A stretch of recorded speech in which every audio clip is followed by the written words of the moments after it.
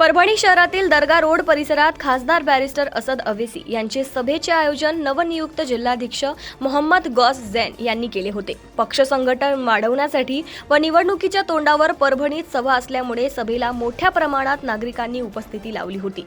सोबतच मंचावर माजी खासदार इम्तियाज जलील, माजी आमदार वारिस पठाण, सय्यद मोईन व इतर जिल्ह्यातील MIMचे अध्यक्ष, पदाधिकारी, कार्यकर्ते व MIM प्रेमी उपस्थित होते। यावेळी सभेला संबोधित करताना अवेसी यांनी सांगितले, परभणीच्या आमदारामुळे दोघांना 7 वर्ष जेलमध्ये राहावे लागले व सध्या सुरू असलेल्या सरकारने हिंदी भाषेच्या विषयावर केलेल्या GR बद्दल भारतात सर्व भाषा बोलले जातील असं सांगितलंय। मुख्यमंत्रीने शिक्षणाबाबत काढलेल्या GR मध्ये केला बदल, सोबतच मराठा आरक्षणाच्या मुद्द्यावर जरांगे पाटील यांच्या सोबत आम्ही खंबीर उभे असल्याचं सांगितले व येणाऱ्या निवडणुकीत MIMला सर्व समाजांनी एकत्रित येऊन आपली ताकद दाखवावी अशी विनंती केली।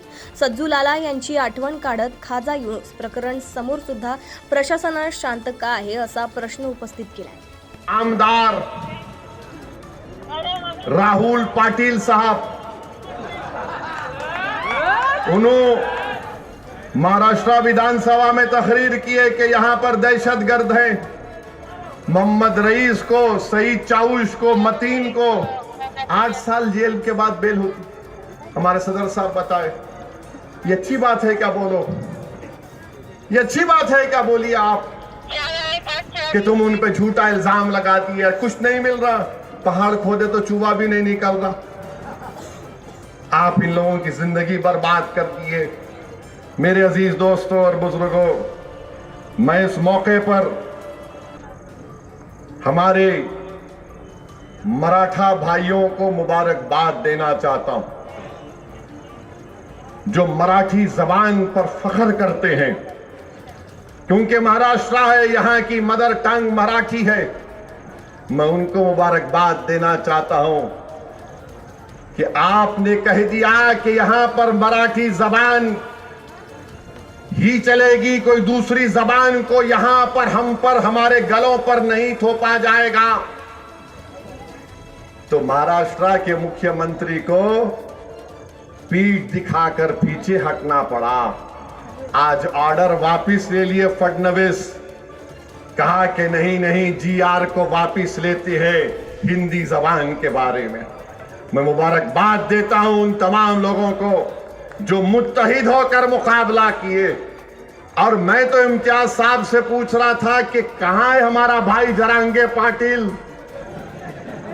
कहां है जरांगे पाटिल? जरांगे पाटिल खड़े होंगे, लड़ेंगे तो छोटा भाई इम्तियाज जलील भी उनके बाजू खड़े रहेगा। हम चाहते हैं कि इंसाफ हो, हम चाहते हैं कि दलित भाइयों से इंसाफ हो।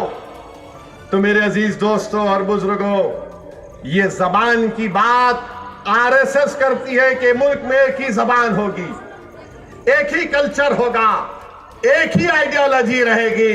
नहीं नहीं नहीं, भारत में कभी भी एक जबान, एक आइडियोलॉजी नहीं रह सकती।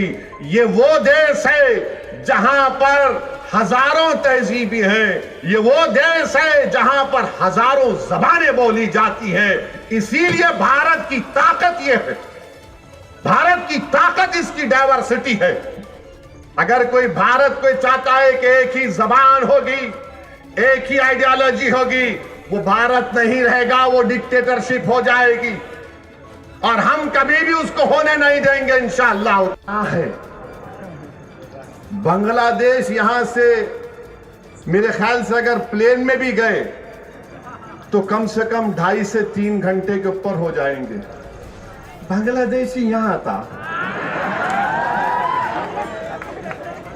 उसको बॉर्डर क्रॉस करना पड़ता, सीमांचल का चिकन हेड बोलते, नॉर्थ ईस्ट, सिलचर।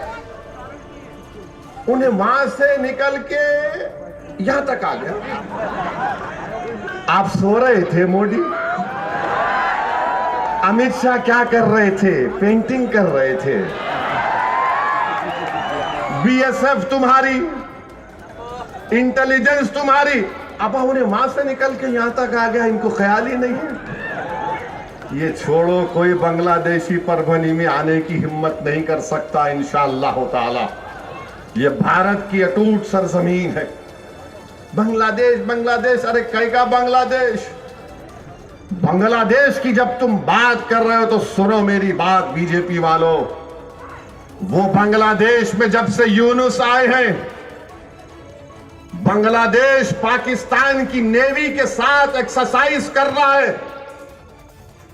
बांग्लादेश की फौज पाकिस्तान की मुनीर से जाकर मिल रही है। बांग्लादेश ने भारत के बॉर्डर पर एक एयरबेस को बना रहे हैं, चीन बना रहा है।